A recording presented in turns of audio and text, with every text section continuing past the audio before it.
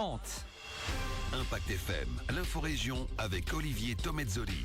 Un nouveau drame sur les routes. Une habitante de Lierneux est décédée sur l'autoroute 25 à hauteur de Remouchamp. Retour 3 ans plus tard sur les causes des inondations meurtrières de juillet 2021 avec une analyse, celle du météorologue Michael Bleret qui s'en relivre pour tenter de comprendre.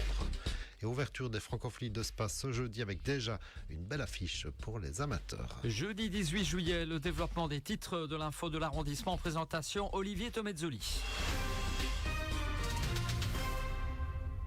Bonjour à tous, on commence avec ce drame sur les routes. Une habitante de Lierneux, âgée de 35 ans, a perdu la vie mardi en début d'après-midi sur l'autoroute 25 après un accident survenu peu avant le viaduc de Remouchamp dans le sens vers Liège. Les conditions météo, les fortes pluies à ce moment-là avaient rendu la chaussée très glissante avec de l'aquaplanage. La Lierneusienne, établie dans la commune depuis peu, est décédée sur place malgré l'intervention rapide des services de secours. Elle était très active dans la cause animale et les chiens en particulier, notamment via l'association Le Paradis des Poilus.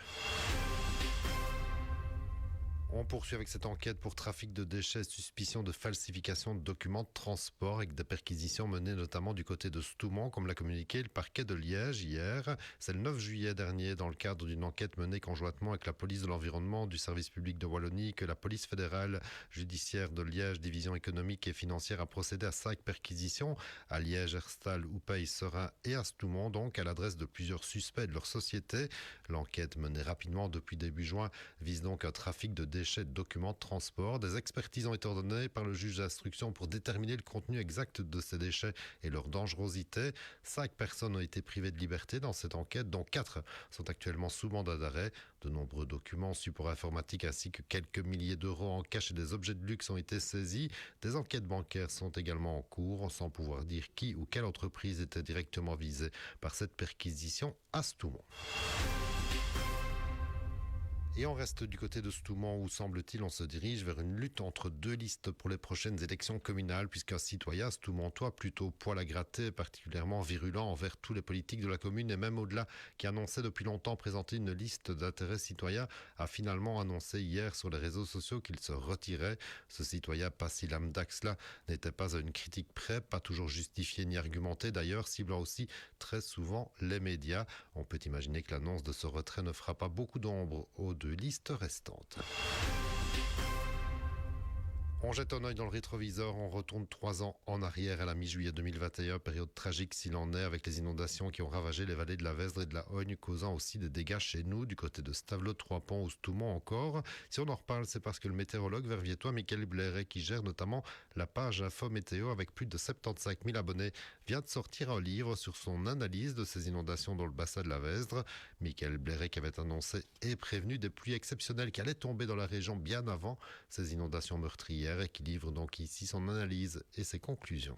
Ce genre de phénomène extrême arrive toujours avec autant de conséquences, parce qu'il y a plusieurs causes. La première, évidemment, c'est les précipitations exceptionnelles qu'on a eues, 270 litres par mètre carré en 72 heures au niveau des Hauts-de-Fagne, en versant nord, au niveau de Jalais. Donc c'est vraiment très conséquent, c'est l'équivalent du mois de juillet le plus pluvieux jusque-là, qu'on a pris en 72 heures. Donc premièrement, c'est ces précipitations abondantes. Et puis, comme je vous le disais, c'est une juxtaposition de plusieurs facteurs, comme la gestion des barrages, la nature des sols, le milieu tourbeux également, qui peut avoir joué un rôle, des embâcles sur le trajet de ces flots très importants, et puis la nature aussi des lits des rivières qui est relativement limitée et qui ne peut pas accepter pareil torrent. 3 ans après, et après avoir récolté de nombreuses données, des témoignages, des expertises, il est évidemment plus aisé de se faire une opinion sur ce qui a causé ce drame. Je rappelle que 39 personnes sont mortes et des milliers de bâtiments détruits. Michael Bleret, lui, établit un constat avec les données sans vouloir non plus établir les vraies responsabilités. C'est difficile à dire, c'est pas à moi d'en juger, hein. Vous savez comme moi qu'il y a une enquête qui est toujours en cours, mais on peut toujours faire mieux, ça j'en suis persuadé, notamment dans la transmission de l'information et la communication, où là il y a toujours moyen de s'améliorer, d'essayer de prévenir au mieux les personnes. On prend de la hauteur à présent, direction les Hauts-de-Fagne au départ de la Pic Brasserie qui propose une nouveauté sportive. Après le marathon des Hauts-de-Fagne, place au gravel, cette discipline sur 2 grosses roues sur des chemins de terre ou de pierre.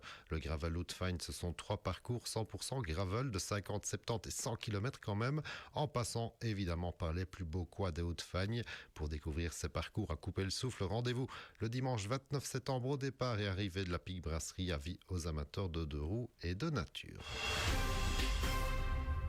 Et un petit mot de francophonie de Spa pour terminer. Ouverture des festivités ce jeudi avec déjà quelques beaux rendez-vous sur les différentes scènes de Cabrel à Chamfort en passant par Christophe Maé, Puggy, Anne Pirellet ou encore les déménageurs qui ouvriront le bal pour les enfants au Petit Théâtre dès 11h. Pour le village francophone, le parc dès 7h et la grande scène Place Royale, ouverture dès 16h. Bref, bonne fête francophone.